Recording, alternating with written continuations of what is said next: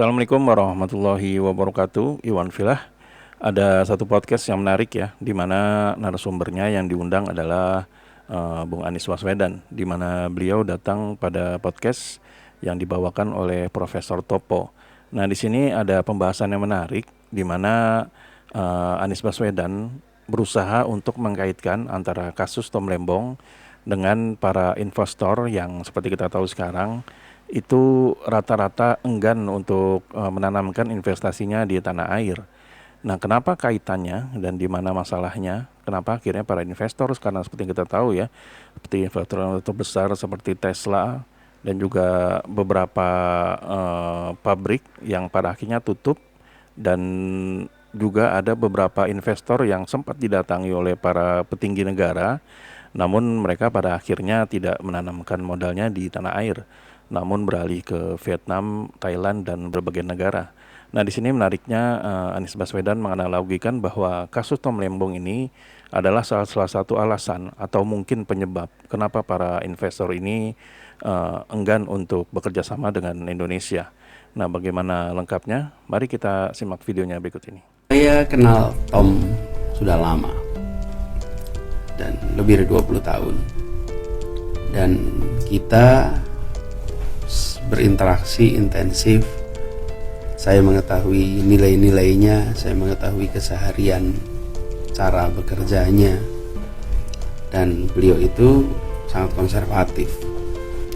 Dia seseorang konservatif, artinya selalu hati-hati. Yeah. Dia selalu hati-hati, dia bergerak di bidang investasi. Di awal-awal tahun 2000-an, kalau dilihat, dia tidak menjadi yang terbesar, tetapi dia menjadi yang disebut salah satu yang paling kredibel. Kenapa? Karena dia memilih untuk menyampaikan proposal dengan hati-hati, konservatif tadi. Dia memang ada pepatah, kan bukan patah, ada kalimat mengatakan ya high risk high gain, low risk low gain. Nah, dia memang sangat hati-hati. Jadi orang yang sangat hati-hati di situ. Lalu ketika berada di pemerintahan pun betul-betul teknokratik. Teknokratik itu artinya apa sih?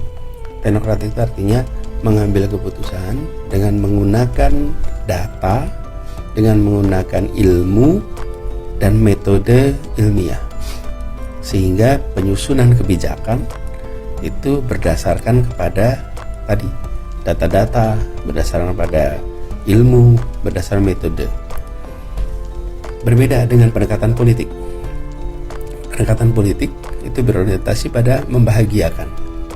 Bagaimana membahagiakan lebih cepat pada misalnya masyarakat banyak, kemudian kepentingan-kepentingan, kelompok kepentingan, itu pengambilan keputusan jadi beda caranya. Nah, Tom sangat teknokratik, sehingga kita tahu persis bahwa apapun yang dia kerjakan itu pasti dengan mengandalkan metode tadi. Sederhananya, apakah tidak mungkin salah? Bisa saja salah. Tidak ada yang bebas dari kesalahan. Oke. Nah, pertanyaan kemudian, apakah kesalahan bisa terjadi? Bisa. Karena itulah kenapa kalau di dalam urusan kebijakan bisa digugat. Dan kebijakan memang bisa digugat, kebijakan apapun. Dan sudah sediakan jalurnya. Betul. Ke PT UN. Jadi bila memang ada persoalan dalam artian kebijakan, maka ya digugat saja kebijakannya. Lalu biarkan pejabatnya nanti menjelaskan. Nah, jadi saya memandang apa yang menjadi latar belakang yang dikerjakan Tom itu sesuatu yang menurut saya bisa dipertahankan. Nah, sekarang itu dibawa ke proses pengadilan. Tadi saya istilahkan bisa dipertahankan. Jadi mudah-mudahan nanti di sini itu akan bisa dipertahankan juga. Walaupun menurut hemat kami sebenarnya kalau memang problem di kebijakan ya digugat aja lewat PT UN. Iya. Jangan pidanakan kebijakan gitu ya, jangan kriminalisasi kebijakan ya. Iya. Ya, Yang kemudian bisa menjadi kriminalisasi itu. Iya, iya, iya. Karena begini, ketika di negeri ini ada rasa keadilan, ada kepastian hukum, dia akan mengirimkan sinyal kepada semua yang berkegiatan bahwa ini adalah negara yang modern, negara yang diatur dengan tata kelola yang benar. Bagi kita yang sudah berada di Indonesia dan memang warga Indonesia, lahir di Indonesia, besar di Indonesia, ya kita terima ini sebagai sebuah bagian dari kenyataan hidup kita. Iya. Tapi untuk kita bisa tumbuh, untuk bisa berkembang, kita membutuhkan banyak modal. Kita tadi ngobrol tentang warung yang membutuhkan modal. Kan warungnya dapat modal harus dari Perbankan atau dari kreditor-kreditor lain. Iya, iya. Nah, mereka itu kan pihak luar, bukan lain kalau dapat dari keluarga. Iya, iya. Jadi kalau Mas Tau punya usaha, terus kakak, adik, saudara yang membantu, nah itu namanya bagian dari ya negara Sutopo gitu kira-kira. Nggak perlu NPWP ya. Mas Topo ya. Iya. Jadi kalau kita berikan pihak lain, maka mereka akan menilai. Nah, kita membutuhkan untuk maju berkembang itu banyak bekal modal, investasi. Iya. Nah, semuanya akan datang ke sini, akan membandingkan. Saya mau invest ke Indonesia ternyata gini, ada kegiatan usaha di sini. Kita mau bikin, misalnya Indonesia mau bikin pabrik yang bisa menyerap 15.000 tenaga kerja. Iya. Oke, itu proposalnya ada, tanahnya ada, teknologinya ada, modalnya belum ada. Iya. Kemudian kita cari investor untuk mau membiayai. Nanti keuntungannya dibagi. Nah, yang memegang investor ini terima proposal bukan hanya dari Indonesia. Iya.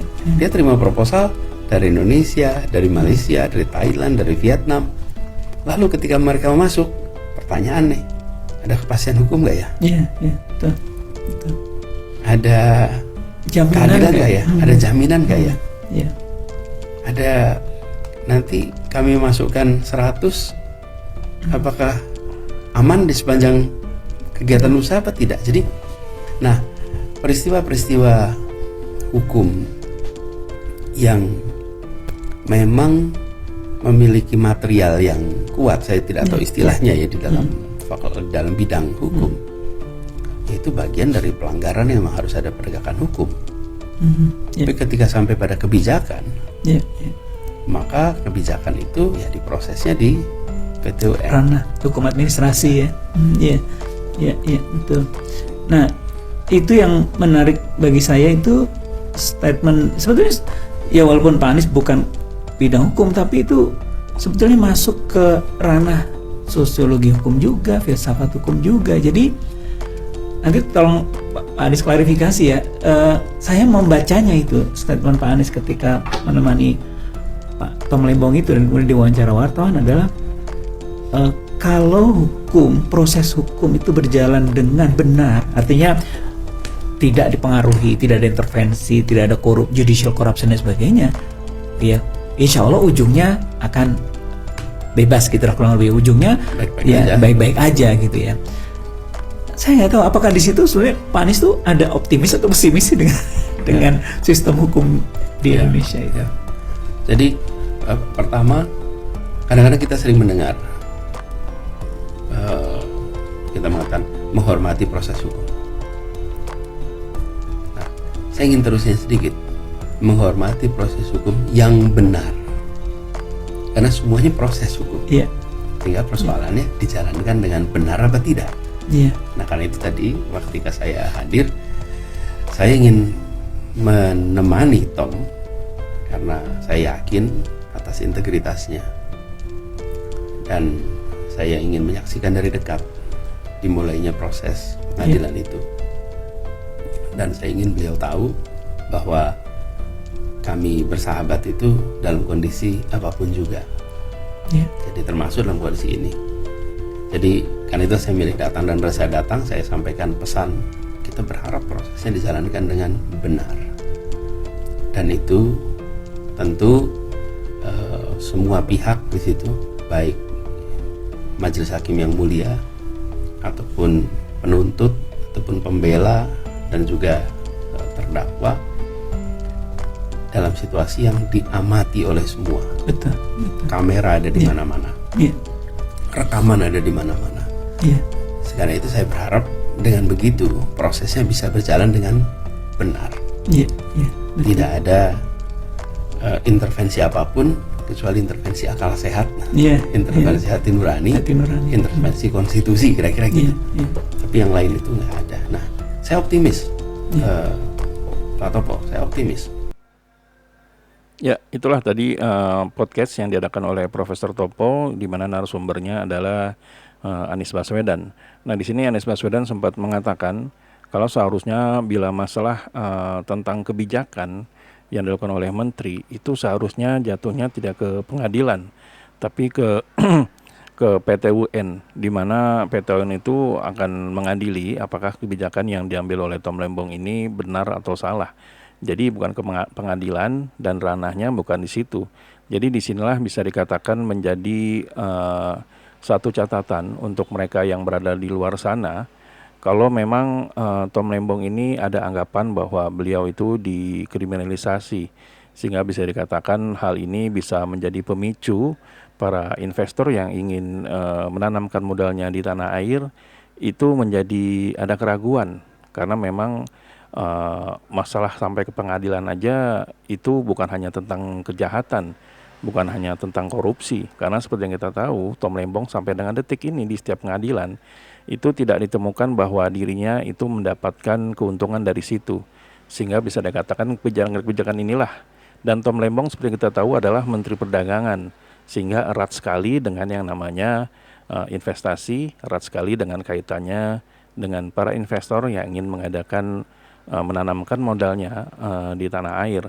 Sehingga bisa dikatakan bila memang kasus Tom Lembong ini pada akhirnya digolkan, bila memang pada akhirnya Tom Lembong ini dipenjara hanya gara-gara kebijakan, dan itu jatuhnya bukan di PT UN, maka tentu siapapun akan menjadi ngeri ya. Andaikan kita menjadi orang kaya yang ingin menanamkan investasi, itu saja kasus Tom Lembong ini menjadi satu catatan buruk, dan ya tentu saja setiap investor tidak akan bisa lega dan tenang untuk menanamkan investasinya di tanah air. Nah, jadi Anies Baswedan mengatakan dari sini saja bisa dikatakan ada salah prosedur, di mana seharusnya bila memang masalahnya di kebijakan, itu seharusnya prosesnya di PT UN, bukan di pengadilan. Sehingga bisa dikatakan di akhir podcast tadi, Anies Baswedan mengatakan bahwa kamera di mana-mana, jurnalis ada di mana-mana, dan kasus Tom Lembong ini bisa dikatakan dari banyaknya sekian kasus itu yang paling diperhatikan oleh masyarakat, karena memang kental sekali dengan aroma kriminalisasi dan kental sekali dengan namanya politik, sehingga apalagi dengan jabatan Tom Lembong dalam kasus ini adalah Menteri Perdagangan, sehingga bisa dikatakan kesimpulan kami yang bisa diambil adalah bila memang pada akhirnya kasus Tom Lembong ini ujungnya itu Tom Lembong di penjara, maka bisa dikatakan ini salah satu catatan buruk dan bisa menjadi mata bagi para investor yang ingin menanamkan modalnya di tanah air, karena memang akan ada rasa ketakutan-ketakutan di mana mereka tidak nyaman untuk bisa bekerja sama dengan Indonesia.